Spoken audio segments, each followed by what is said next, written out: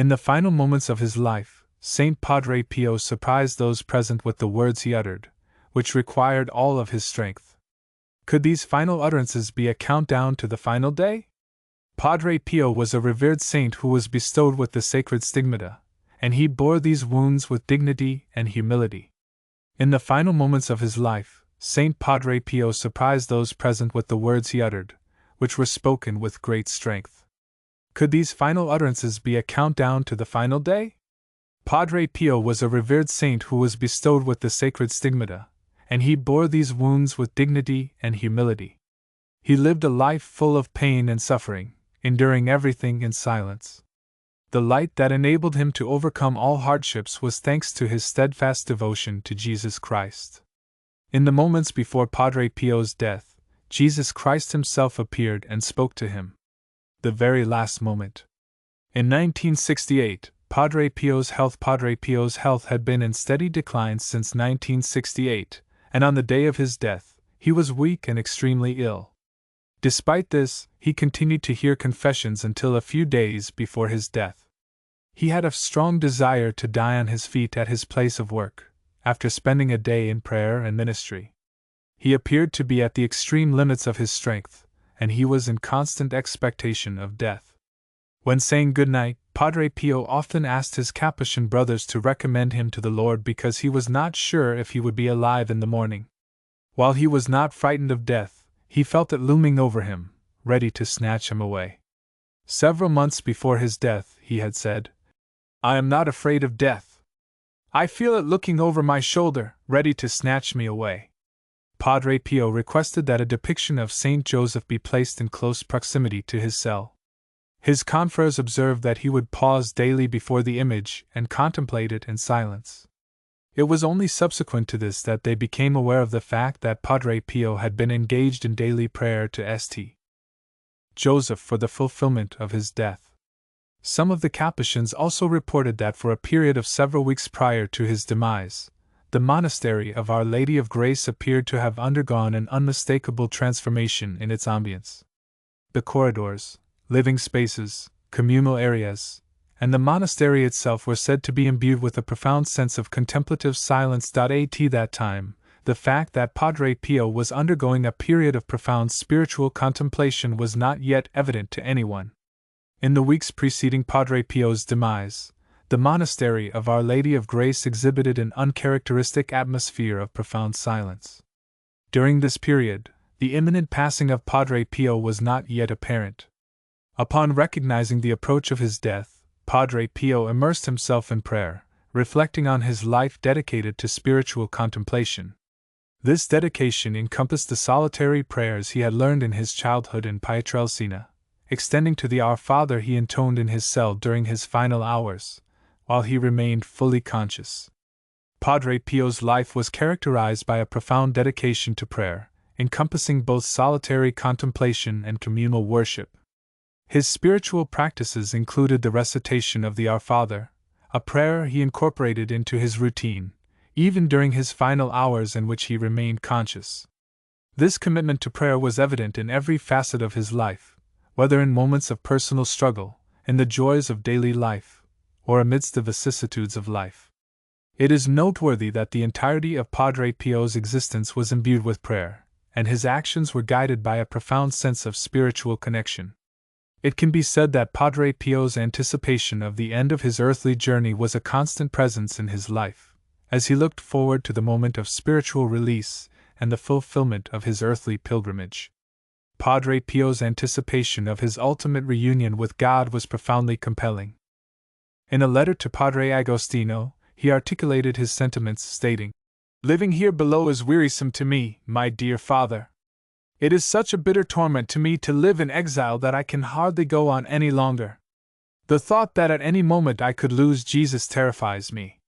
He expressed his desire to be reunited with God in heaven, stating that living in this mortal realm was exceedingly exhausting and that the prospect of continued exile was unbearable.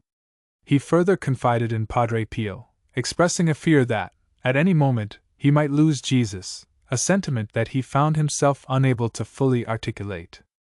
In the days leading up to his passing, Padre Pio engaged in spiritual discourse with his superiors, requesting their prayers.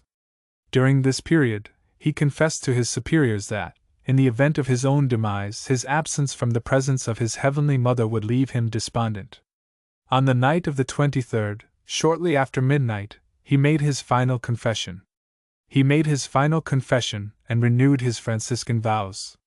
Despite his physical weakness, he was able to repeat the words, "Jesus, Mary," while clutching a rosary. At approximately 2:30 a.m., he experienced a slight recovery. The saint, who had had numerous supernatural experiences throughout his life, appeared to be seeing something, although no one around him witnessed anything out of the ordinary. He managed to utter, "I see two mothers," and then died. Regarding the two mothers, there are several possibilities. He could have been referring to his spiritual mother, Mary, Mother of God, and his biological mother. The Church is also considered a mother, though this interpretation is not universally accepted.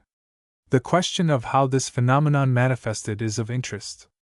While it might seem obvious that his last word, Maria, referred to the Blessed Virgin, his biological mother was also named Maria, so he may have been referring to her. Either way, it seems fitting that a man whose life was full of supernatural happenings would finish his earthly. It is posited that the phenomenon of a mystical vision could have been the manner in which the subject concluded his mortal existence.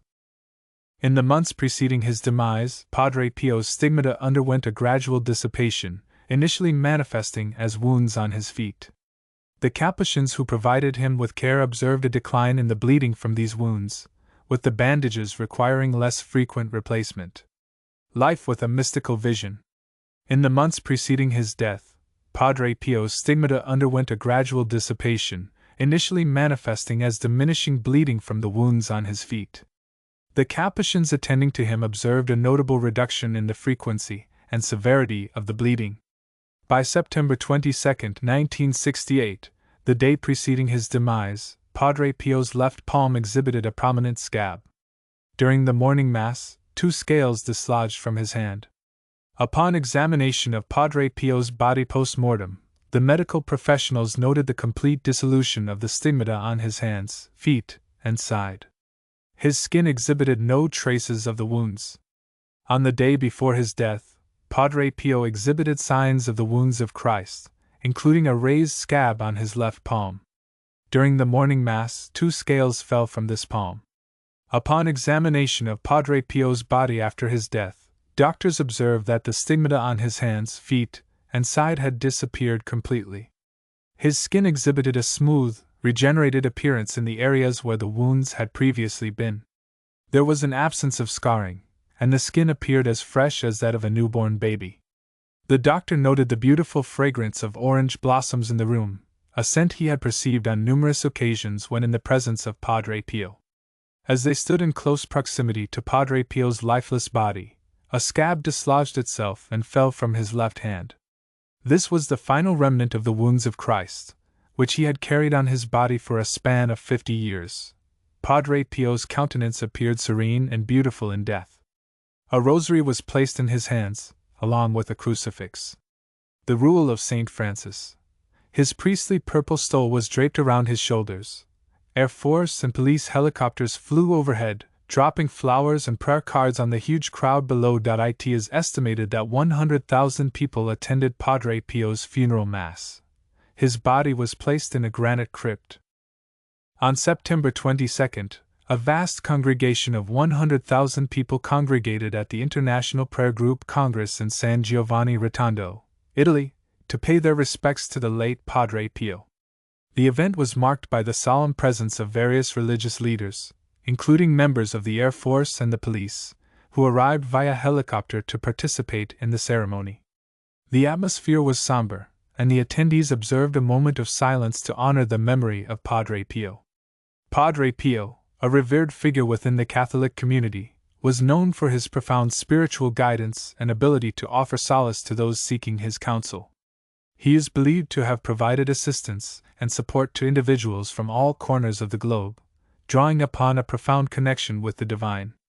Padre Pio's health had been deteriorating in recent years, and his physical presence at the International Prayer Group Congress was notably absent. On September 22nd, the church was filled to capacity.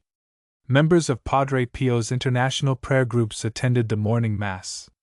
They had traveled to San Giovanni Rotondo for the International Prayer Group Congress. Padre Pio celebrated Mass that day in gratitude for the prayer groups. On September 22nd, the church was filled to capacity with members of Padre Pio's international prayer groups in attendance. These groups had converged on San Giovanni Rotondo for the International Prayer Group Congress. During the Mass, celebrated by Padre Pio, he expressed his gratitude to the prayer groups and extended particular thanks to the Holy Office in Rome for their recent official approval and recognition. Padre Pio derived great satisfaction from knowing that his prayer groups were firmly established and thriving globally.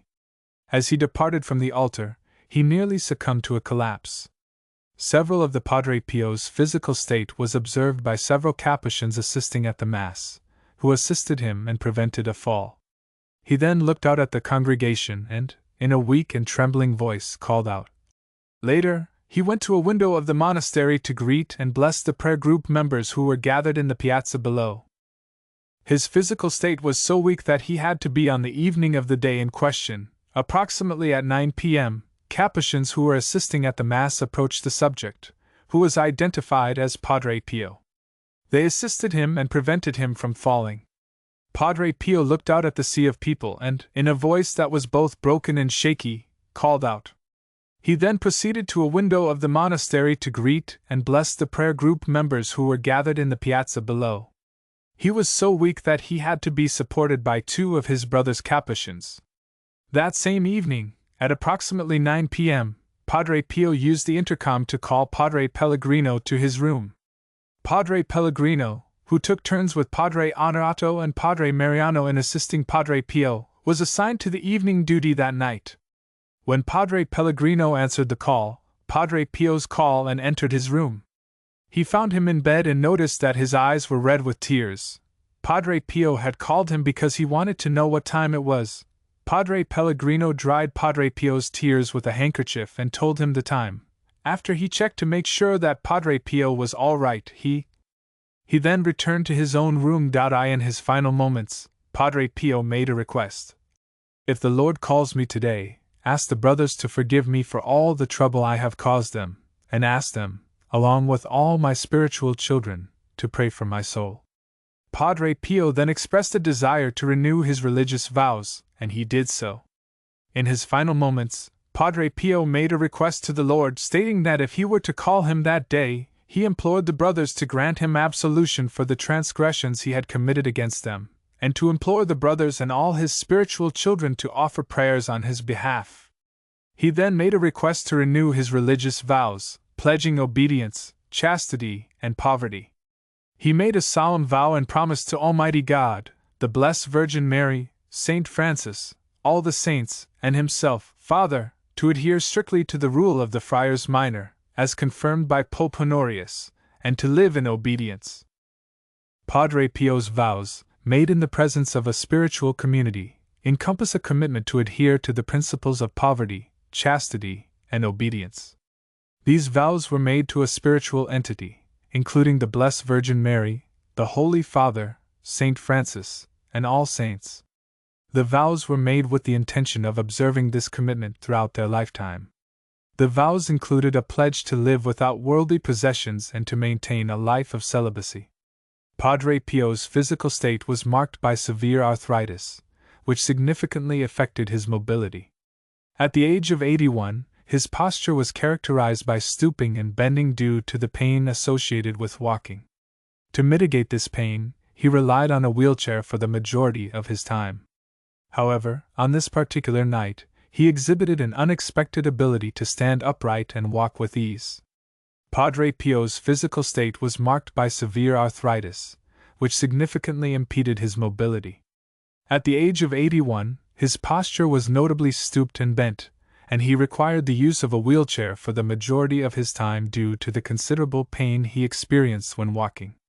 However, on this particular night, for reasons that remain unclear, he was able to stand upright and walk with a noticeable degree of ease to the veranda, without any apparent need for assistance. Upon arriving at the veranda, Padre Pio, who had not recently done so, reached over and turned on the light. He then began to stare intently at a specific area on the veranda, focusing intently on the precise location where the Capuchins would carry his lifeless body. In a matter of hours, Padre Pio began to experience a rapid decline in health. He expressed a desire to return to his room, but he was too weak to stand. His face had become pale, and he was growing weaker by the minute. He began to repeat the words, "Jesus, Mary," over and over, his voice growing weaker with each utterance. Padre Pio's health rapidly deteriorated over the course of several hours. He expressed a desire to return to his room, but he was too weak to stand. His face had become completely pale, and he was growing weaker by the minute. He began to repeat the words, "Jesus, Mary," over and over, his voice growing fainter with each repetition. Then Padre Pio began to stare intently at a picture on the wall. He wanted to know who it was. A nearby father answered, "Those are photographs of your mother and father." Padre Pio replied, "But I see two mothers." Immediately after Padre Pio spoke of seeing two mothers, he seemed to grow weaker. He broke down. Padre Pio's attention was focused intently on the image displayed on the wall, which prompted him to inquire about the identity of the depicted individuals. The father present responded by stating that the images depicted his parents. However, Padre Pio discerned what he perceived to be two distinct mothers in the photographs. Soon after articulating this observation, Padre Pio experienced a pronounced physical reaction, characterized by a profuse sweating and a bluish discoloration of his lips. Within a span of approximately 10 minutes, a medical professional arrived at the scene. It was evident to the doctor that Padre Pio was grappling with a severe bronchial asthma attack. In an effort to alleviate the exacerbated respiratory distress, the physician administered an injection and initiated oxygen supplementation. While the medical team was engaged in providing treatment, while the doctors were administering treatment, the Capuchins knelt beside him and prayed the Our Father, the Hail Mary. They then recited together the following prayer: Jesus, Mary, and Joseph, I give you my heart and my soul. Jesus, Mary, and Joseph, assist me in my last agony. Jesus, Mary, and Joseph, may my soul peacefully expire in you. The holy oils were prepared, and Father Paolo gave Padre Pio the last rites. Padre Pio was fully conscious and was very much aware of all that was happening. His feet and the patient's extremities were marked by a pronounced coldness, and he was perspiring profusely. Upon recognizing the patient's symptoms as indicative of a myocardial infarction, the attending physicians proceeded to administer an injection into the patient's heart. Despite being instructed to do so with his eyes closed, the patient continued to repeat the phrase, Jesus. As the event progressed, his lips appeared to form the words, although he remained silent, emitting no sound, not even a whisper. The Capuchins vocalized their urgent calls to the patient, repeatedly calling out, Padre, Padre! The patient opened his eyes one final time, his gaze fixed upon his esteemed colleagues. At 2:30 a.m. on September 23, 1968, with his rosary clasped firmly in his hand, the patient's life came to its conclusion. Padre Pio's demise was characterized by a gentle inclination of the head, followed by death. Despite the passage of time, the subject reports a persistent absence of affection in his heart, attributing this condition to the complete devotion of his affection to another individual. In the event that further affection is desired, the individual requests the fulfillment of their love for the subject, emphasizing their willingness to reciprocate. On September 20, 1918, Padre Pio engaged in prayer before a wooden crucifix. Subsequently, he experienced a state of numbness and drowsiness, leading to a fall on the floor. Upon awakening, he observed the soaking of his own blood and proceeded to drag himself. Upon his arrival in the cell, he made a shocking discovery: his wounds. From that moment on, Padre Pio's stigmata became the focal point of controversy, dividing religious individuals and the general public into two distinct groups, his friends and his foes. It appeared as though Pio had been predestined to bear the cross since his birth. According to tradition, Peppa, the child, was born wrapped in a white veil, a sign considered auspicious by many.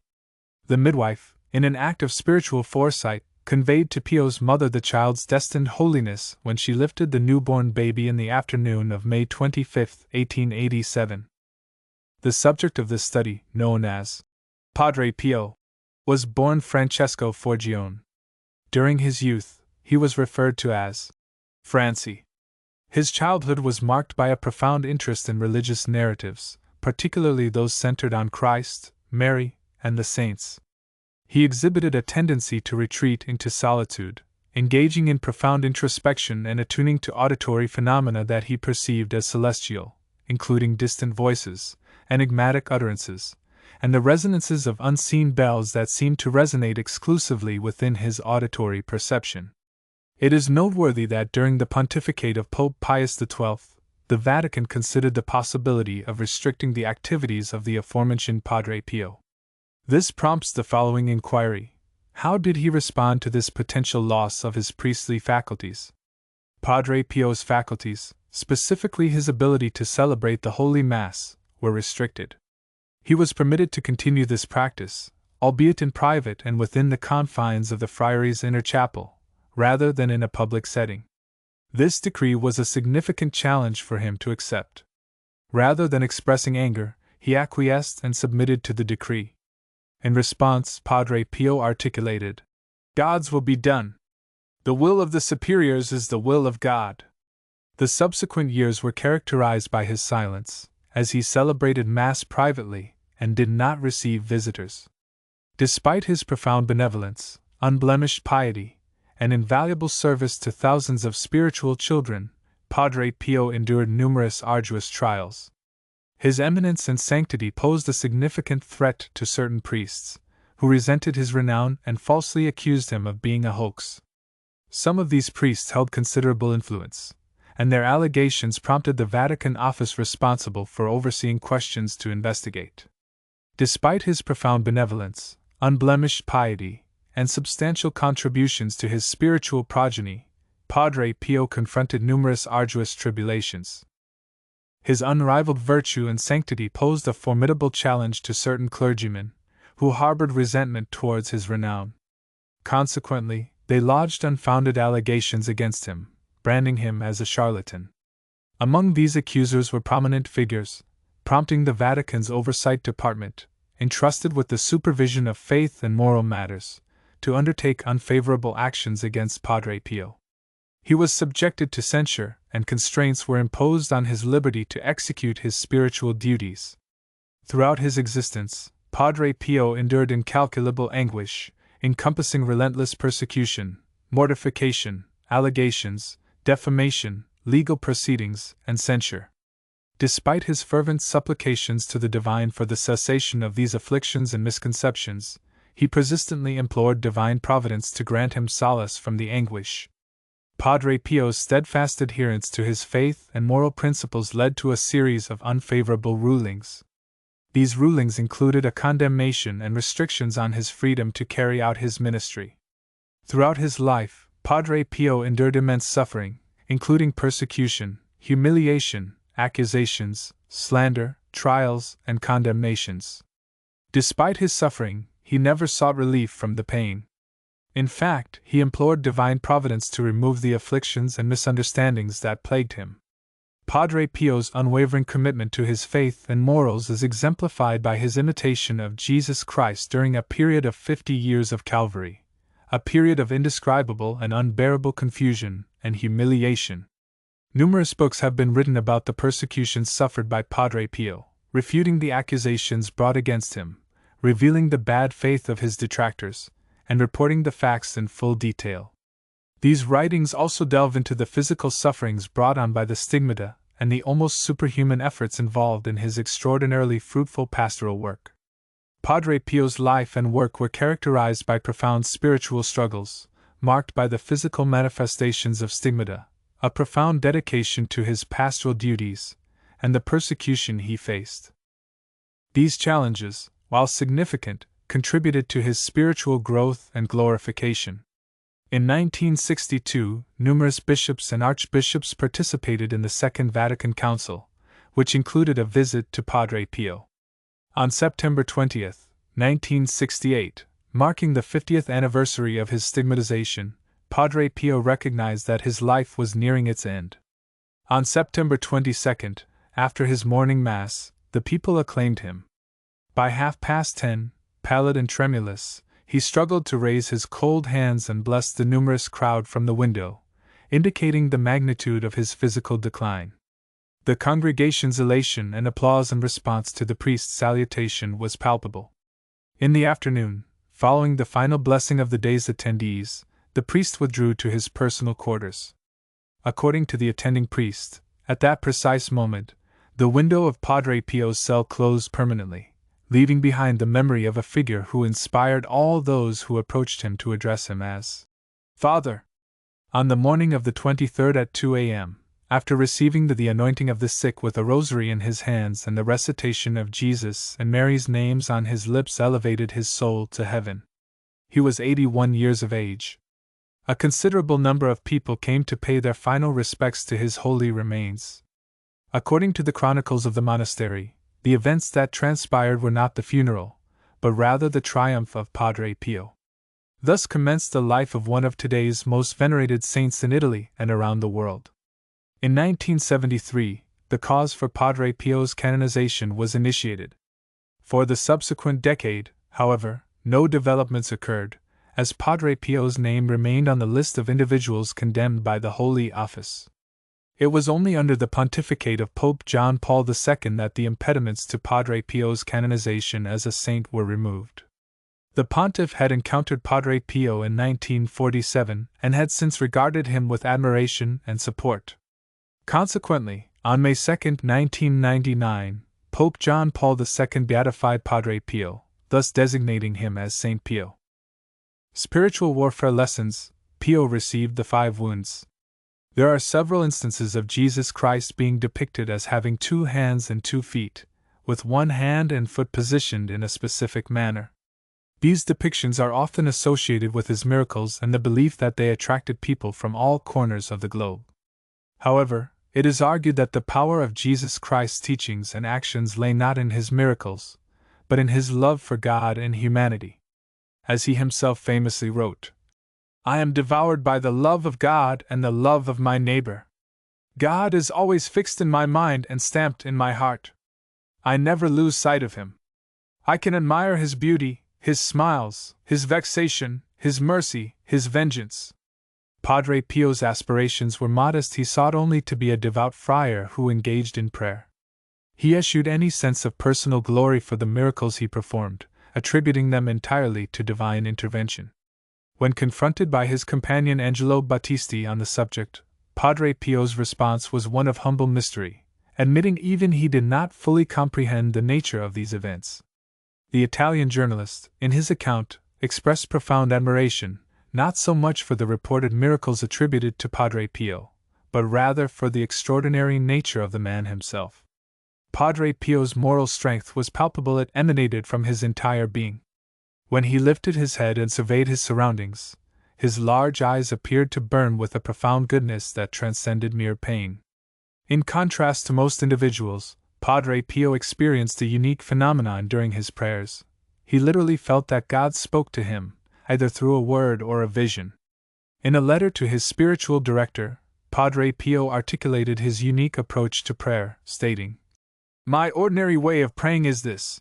Hardly do I begin to pray, then at once I feel my soul begin to recollect itself in a peace and tranquility that it is impossible to articulate the profundity of this experience." At times, Padre Pio experienced a profound connection with the Lord that was characterized by a sense of overwhelming tenderness. This profound connection often led to a state of profound sorrow, stemming from his feelings of infidelity, and the immense gratitude he felt for the undeserved mercy of being called to the presence of such a benevolent and virtuous figure. Padre Pio once shared with his friend, Padre Agostino, that since early childhood he had had encounters with Jesus, the Virgin Mary, and his guardian angel. He believed that this phenomenon was a universal occurrence. The individual inquired about the whereabouts of Madonna. When Agostino refuted this assertion, Padre Pio merely exhibited a shrug of his shoulders, suggesting that the inquiry was made with a sense of humility. On the one hand, Padre Pio experienced visions of Jesus, the Virgin Mary, and angels. On the other hand, he was subjected to attacks by the devil. During these attacks, the devil assumed terrifying forms. The devil began persecuting him from the time he was 4 years old. Padre Pio himself once recounted, "My mother would extinguish the lights, and a multitude of monsters would approach me closely, and I will weep. She would illuminate the surroundings, and I would become tranquil due to the absence of the monsters. However, upon the subsequent extinguishment of the lights, the monsters would reemerge, prompting me to begin weeping once more." The devil did not invariably confine himself to ghastly manifestations. On one occasion, he even compelled Brother Pio to bleed. As recorded in his diary, "Last night, it appeared as though the demons sought my demise. I was uncertain which saint to invoke. I implored my guardian angel and, after a period of anticipation, the individual in question arrived at my assistance." Throughout his life, Padre Pio endured a series of afflictions, including elevated fever, asthma, gastrointestinal distress, respiratory infections, and bronchitis. Of particular poignancy was the suffering he endured in bearing the stigmata wounds on his hands, feet, and side. Even the slightest contact with his hands was reported to be exceedingly painful. The intensity of the pain was such that even the slightest contact with his hands could cause him significant discomfort. To mitigate this discomfort, he adopted a unique walking technique, resting his weight on the edges of his feet and heels to avoid direct pressure on the affected areas. In 1904, following his admission to the monastery of Sant'Elia a Pianesi, Brother Pio began to experience a series of enigmatic illnesses. Medical professionals who examined him were unable to provide a definitive explanation for his condition. He endured profound intestinal irritability and additional health challenges. Subject Brother Pio experienced profound physical discomfort, including severe headaches, intestinal distress, and recurrent vomiting. His health was so precarious that his superiors deemed it necessary to send him home until his condition improved. From 1905 onward, he began to return to his birthplace of Pietrelcina for extended periods. Then, from 1910 to 1916, he resided in Pietrelcina almost uninterruptedly. From 1916 onward, he began living. He was afflicted with severe headaches, often vomited after eating, and could only consume small amounts of water. His health was so precarious that his superiors decided to send him home until he recovered. From 1905 onward, he began to return to his birthplace of Pietrelcina for extended periods. Then, from 1910 to 1916, he resided in Pietrelcina almost uninterruptedly. From 1916 onward, he began living in the monastery of Our Lady of Grace in San Giovanni Rotondo, where he remained for the rest of his life, except during his brief period of service in the army. Everyone is subject to the trials of the devil, for we are both flesh and spirit, and the battle confronts us as long as the world exists. The Church has always taught dogmatically about the existence of Satan and his devils. The dogma surrounding Satan and his devils has been a constant in the Church's teachings, a notion that was reinvigorated by Our Lady of Fatima when she revealed to the 3 young visionaries the horrors of hell, a place of eternal suffering. The allowance by God for the devil to have more freedom at certain times is a concept that has been explored in religious discourse. Padre Pio's life was marked by both personal persecution and mortification, a form of spiritual discipline undertaken as a private penance. However, his work was met with unjust suppression at the hands of the Church, a sentiment that was further compounded by the public's reaction to his revelations. Stigmata. The second type of persecution was a trial by the devil. During this period, Padre Pio began directing numerous holy individuals through correspondence, and his letters are regarded as exceptional spiritual works. However, he occasionally described his own soul as entering a period of profound darkness, a concept explored in depth by St. John of the Cross in his renowned work, The Dark Night of the Soul. The dark night is the test of aridity and sense of abandonment, which God seems to reserve for those who have followed him with sublime generosity and are destined for the greatest sanctity. The question of how Padre Pio was victorious over persistent diabolical attacks is one of interest. He imitated his Lord Jesus Christ in resisting the devil's cunning temptations, mockery, and persecution within and without. Padre Pio's example offers valuable insights for our daily struggle against the spiritual adversary. In this section, we will examine a selection of quotes from his written correspondence with his spiritual director, providing a glimpse into his spiritual journey. Following each quote, we will attempt to derive a practical lesson. The first quote is from a letter dated December 20, 1910. In this letter, Padre Pio expressed his struggles with temptation and his reliance on God's grace during these times. He described the intense battle within him, and his reliance on prayer as a means of finding solace and strength. Despite the trials and tribulations, the author expresses their unwavering commitment to their spiritual practice, stating, "I laugh at all this as being of no account following your advice." They further articulate their concern over their own capacity to resist the adversary, expressing a sense of vulnerability and the need for guidance. In their correspondence with a spiritual director, the author candidly shares their struggles and receives support, underscoring the importance of self-reflection and the cultivation of free will in the face of spiritual adversity.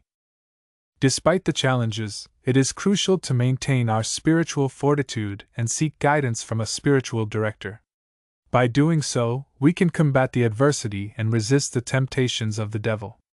The act of prayer, when performed with unwavering commitment, can provide a sense of freedom and release from the grip of sin. The process of prayer, as outlined in the letter dated May 18, 1913, is a continuous journey of perseverance, even during moments of doubt and uncertainty. The letter, written by Padre Pio, expresses a sense of humor and a belief that his actions are of little consequence. However, it also acknowledges a certain apprehension about his readiness to confront the challenges that lie ahead. It is imperative to turn to God, not away from God, in order to be set free. Perseverance is necessary to pray until the trial ends.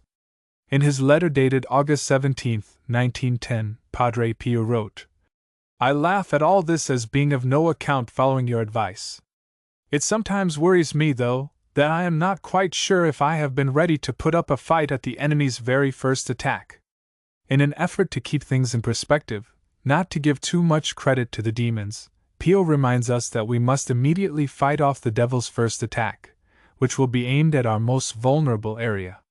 The letter that was written on May 18, 1913, continues with the following.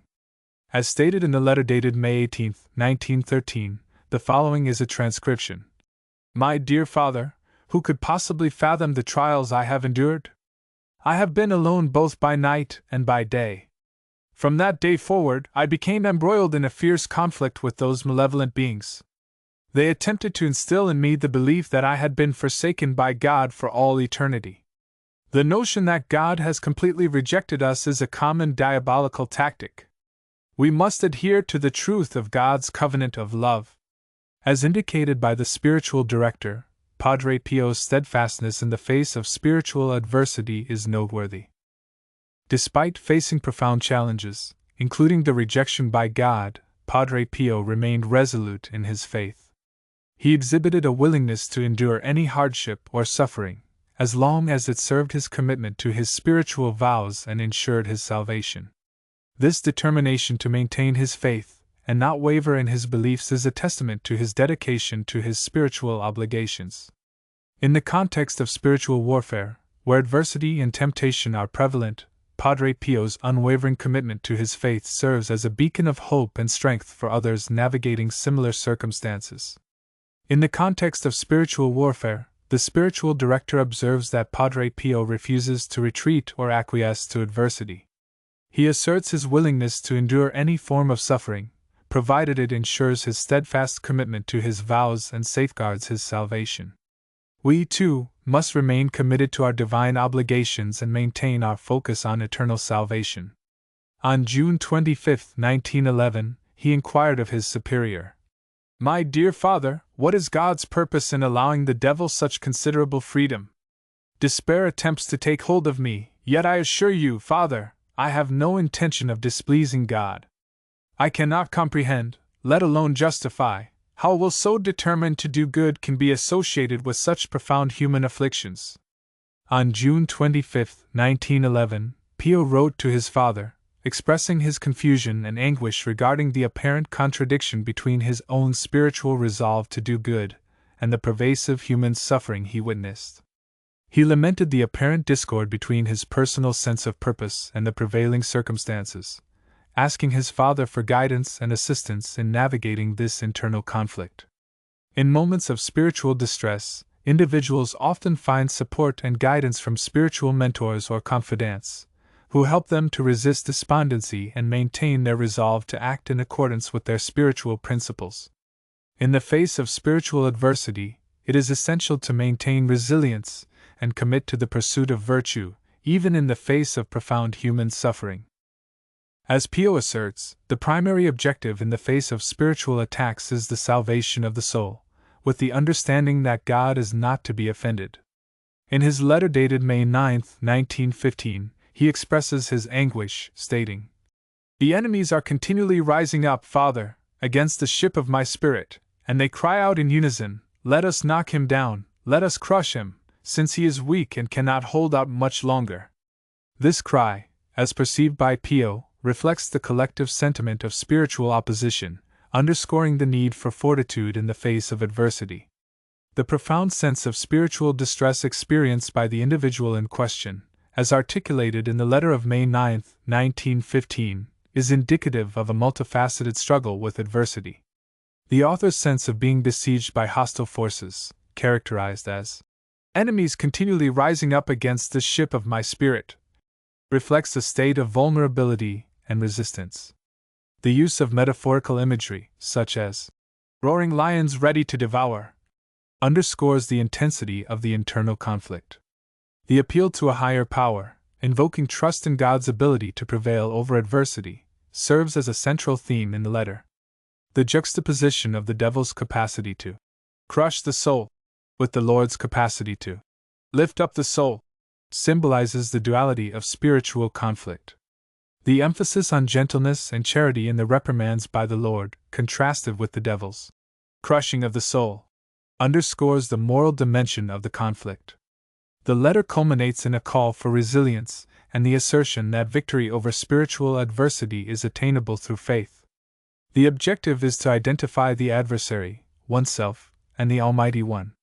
Christ and one's own proclamation of victory over all evil. On August 4, 1917, he stated, "Satan, with his malignant wiles, never tires of waging war on me and attacking my citadel, besieging it on all sides.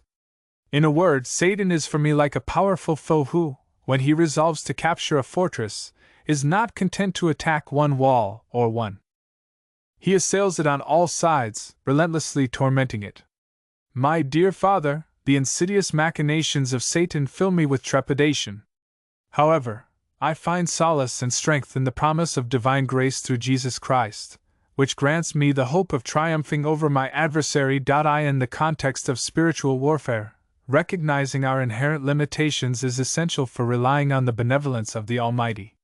Satan's relentless pursuit of victory is not confined to a single aspect, it encompasses all facets. Therefore, Satan assails us from all sides. We must be vigilant and prepared to face the challenges of spiritual warfare. By acknowledging our weaknesses, we can rely on God's mercy. The forces of darkness encircle us, threatening to overwhelm us at every turn. In our spiritual battles, we must be ever vigilant, for Satan seeks to exploit our vulnerabilities. We must remain in a state of grace, connected to the church militant. Though Satan may instill fear, we possess the capacity to transform that fear into faith, guided by God's grace.